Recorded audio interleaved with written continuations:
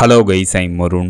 ரஷ்யாவின் கம்சட்கா பகுதியில் சில மாதங்களாக தொடர்ச்சியாக நிலநடுக்கங்கள் ஏற்பட்டு வருது. கடந்த செப்டம்பர் 5, 2025 கம்சட்கா பகுதியில் ஏற்பட்ட சக்தி வாய்ந்த நிலநடுக்கத்தினால சுனாமி எச்சரிக்கை விடப்பட்டுச்சு. இந்நிலையில் கம்சட்கா பகுதியில் மீண்டும் சக்தி வாய்ந்த நிலநடுக்கம் ஏற்பட்டிருக்கு. அதாவது 19 செப்டம்பர் 2025 கம்சட்கா பகுதியிலிருந்து ஈஸ்டில் 128 கிலோமீட்டர் டிஸ்டன்ஸில் 10 கிலோமீட்டர் ஆழத்தில் 7.8 ரிக்டர் அளவிலான நிலநடுக்கம் ஏற்பட்டிருக்குன்னு யூஎஸ் ஜியோலாஜிக்கல் சர்வே தெரிவிச்சிருக்காங்க. ரஷ்யாவில் ஏற்பட்டுள்ள இந்த 7.8 ரிக்டர் அளவிலான இந்த எர்த்குவிக், இந்த நிலநடுக்கத்தினால எந்த அளவு டேமேஜ் ஏற்பட்டிருக்குன்னு இதுவரைக்கும் எந்த நியூஸும் வெளியாகல. இந்த நிலநடுக்கத்தினால அருகில் உள்ள கடலோர பகுதிகளுக்கு சுனாமி எச்சரிக்கை விடப்பட்டிருக்கு.